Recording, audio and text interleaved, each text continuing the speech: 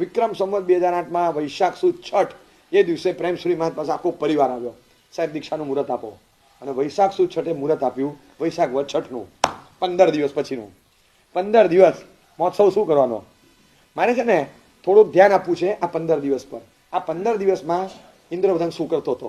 આજે કેવું છે કે દીક્ષાનું મુહૂર્ત નીકળે 3-4 મહિના પહેલા, અને 3-4 મહિના પહેલા મુહૂર્ત નીકળ્યું હોય એ સામાન્યથી વૈરાગી દીક્ષાર્થી હોય એ પોતાનો ભાવ ચોક્કસ ટકાવી રાખે. બાકી સામાન્યથી દીક્ષાર્થી માટે પણ જાણે દીક્ષા પર્યાય પૂર્વેનું એક વેકેશન હોય ને એવી રીતે વેકેશન પડી જતું હોય. વૈરાગ્યમાં વેકેશન ક્યારેય ન હોય પણ એ વેકેશન પડી જાય. માન પાન સમાન આ તે બીજું ત્રીજું ફોટો સેશન આ જ બધામાં જો તમે દીક્ષાર્થીને અટવાઈ નાખો તો એના ભાવો અંદર નંદવાય. એને જે ક્ષેત્રમાં જવાનું છે ને એ ક્ષેત્રમાં જતા પહેલા એ રિવર્સ એરિયામાં ન લઈ જવાય, એ ત્યાં ન લઈ જવાય. કારણ કે સાહેબ અમારે કસોટી તો કરવી જ પડે. છોકરા ઘણા મા બાપો આવીને અમારી સામે એવી અળવીતરી વાત કરે, સાહેબ એ મજબૂત હશે તો ટકશે, અમારે પરીક્ષા તો કરવી જ પડે ને, એને અમે દુબઈ લઈ જશું, અમે એને રેસ્ટોરન્ટમાં લઈ જશું, ભલે ન ખાય વાંધો નહીં, અમે એને મૂવી જોવા લઈ જશું, ભલે ને ન જુએ પણ અમે એને ચકાસણી તો કરીએ ને. વૈરા કે કેટલો મજબૂત છે. એટલે ભાઈ આ માંડ પ્રગટાવેલો દીવો હોય, તમે ફૂંક માર્યા જ કરો, અમે જોઈએ કે કેવો પ્રગટ્યો છે તો બુજાઈ જાય. એમાં દીવો નબળો નથી, તમારી ફૂંકની તાકાત હોય જ. અને હું તો કહું ઘણી વાર કે તમારે આ રીતે એની કસોટી કરવી છે ને એનો વૈરાગ કેટલો મજબૂત કરો. જેટલાના એન્ગેજમેન્ટ થાય ને એને 3 મહિના મોકલો અમારી સાથે રહેવા. એનો રાગ કેટલો મજબૂત છે એ અમે ચકાસી લઈએ. મોકલો અહીંયા. ખરેખર લગન કરતો હશે ને તો આપી દઈશું પાછો. 3 મહિના રહે અમારી સાથે. એને કહે કે તું રિવર્સમાં જા, તારે આ છોકરી સાથે લગ્ન કરવા છે ને 3 મહિના રહે મારા સાહેબની સાથે, અને પછી પણ જો તારો ભાવ અને રટણ પાકું હોય ને લગ્ન કરાવશું. ચકાસણી આની જ કરવાની, આની નહીં કરવાની. કોઈ કરતું નથી. આ બધા લઈને આને જ બિચારણ કચુંબર કરે દીક્ષાર્થીની. અને એ બધા કોઈ મોજ શોખ નહીં. આ 15 દિવસ રોજ ઉપાસ રહી જઈ, બે સામાયિક કરે, સાહેબની પાસે શિક્ષા લે. કયો માર્ગ મળવાનો છે 15 દિવસમાં? અંદરથી પ્યાસ વધારે. એ 15 દિવસમાં એક દિવસ સાહેબે બોલાવીને કીધું, જો આજે દિવસ સારો છે, પક્ષી સૂત્ર માંડવાનું. એ કે સાહેબ મને તો યાદ નહીં, આજ સુધી બધી સ્કૂલની પરીક્ષાઓ કાપલી મૂકીને પાસ થયો છું.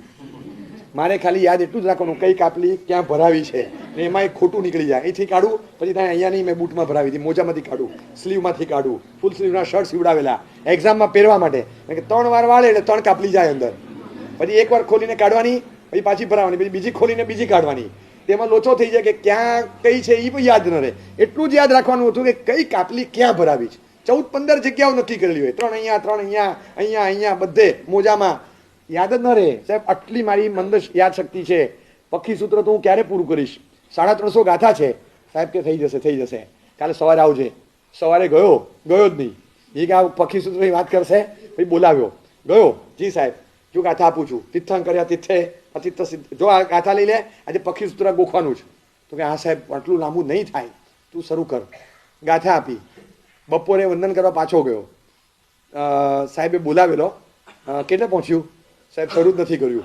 અરે કે તને ખબર નથી પડતી? કે સાહેબ નથી કર્યું શરૂ. અરે કરી લે શરૂ કહું છું. હા પાછો ગયો. સાંજના 24 પછી મળજે મને. તો હા બધું સંભળાવવાનું છે. તો કે હા સાહેબ, અને આજે પૂરું કરવાનું છે. ગયો. એને થયું કે આ ભિખારીને કે તું ચડાવો લે. કઈ રીતે લે? અને સાંજે વંદન કરવા ગયો. સાંજના ટાઈમે સાહેબે પૂછ્યું કેટલી ગાથા થઈ?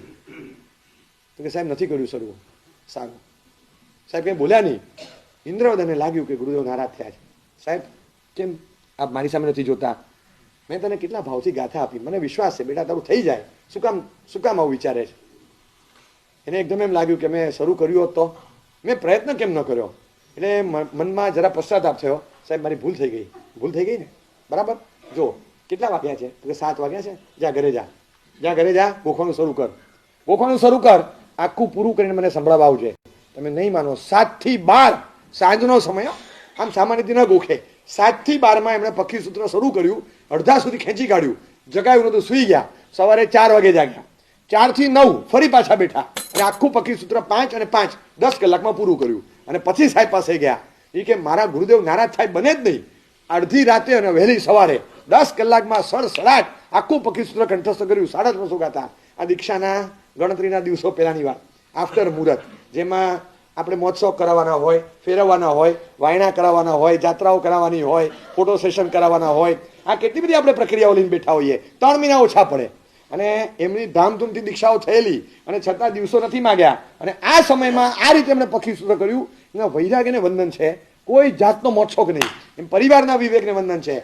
ખૂબ સરસ રીતે દીક્ષા આપવાની, એના ભાવની વૃદ્ધિ થવી જોઈએ. જ્યાં ગુરુદેવ પાસે પૂછ કે હવે 15 દિવસ પછીની તૈયારી શું, ભાવથી અંદરથી તૈયાર કરી થવાનું. રોજ જાય ત્યાં પૂછ્યું કે સાહેબ બહુ સરસ થઈ ગયું, કે જો 7 વાગ્યા છે, બેસી જા, સાંજે આવજે, તને સાંજનો ટાઈમ ફળે છે. સાંજે પાછા બોલાતા અને કીધું જો પગામ સજ્જાએ આપું છું, તો કે હા ખૂણા બેસી જા, દ્વિજ સામે પાકું કરીને જવાનું. 9 વાગે પગામ સજ્જાય એટલે અમારું વંદિત તું પૂરું આખું 2 કલાકમાં. બોલો વિચાર કરે ઇન્દ્રવર્ધન કે હું ગોખું છું કે કોઈ પીર આવી ગયો મારામાં, ખબર નથી પડતી આ કોણ પાકું કરે છે. મને કઈ રીતે ગાથા યાદ રહે, હું એ જ છું જે કઈ કાપલી ક્યાં છે મને યાદ નહોતું રહેતું, અને બધું યાદ રહે.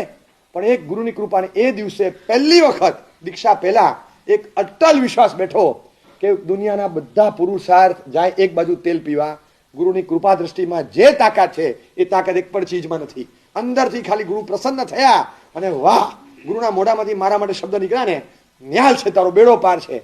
એ દિવસે કૃપા શક્તિની શું તાકાત છે, અનુગ્રહની શું તાકાત છે, બેસી ગયું કે હવે જિંદગીમાં આ મહાવિભૂતિને ક્યારેય નારાજ નહીં કરું. બસ એમના શબ્દો એ મારા જીવનનો નકશો, એમની ભાવના એ જ મારી પ્રવૃત્તિ, એમની ઈચ્છા એ જ મારું જીવન. હવે આનાથી વધારે કંઈ બીજું કરવાનું નથી.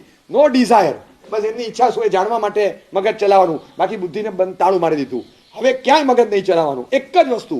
અને જિંદગીભર એમણે આ સમર્પણ ભાવ ટકાવી રાખ્યો. ભાનુ વિજય મહારાજને પૂછ્યું સાહેબ હવે કઈ ગાથા કરવાની, પગામ સજાય થઈ ગઈ, પક્ષી સૂત્ર થઈ ગયું, 10 દિવસ હજી બાકી, કઈ ગાથા કરશું. સાહેબે કીધું જો ગાથાઓ આપું લાવ. અને ઉપાધ્યાય યશોજીજી મહારાજનો વૈરાગ્ય કલ્પલતા ગ્રંથ છે 269 ગાથાનો, એ ગ્રંથની ગાથાઓ આપી. એ ગ્રંથ શરૂ કરાવ્યો કે ધીમે ધીમે કરજે, ઘરનાની સાથે થોડી વાતો કરજે, ઘરનાને એમ ન લાગે કે તું સાવ નીકળી ગયો, એટલે થોડી વાતો પણ કરજે, હવે દિવસો ઓછા છે.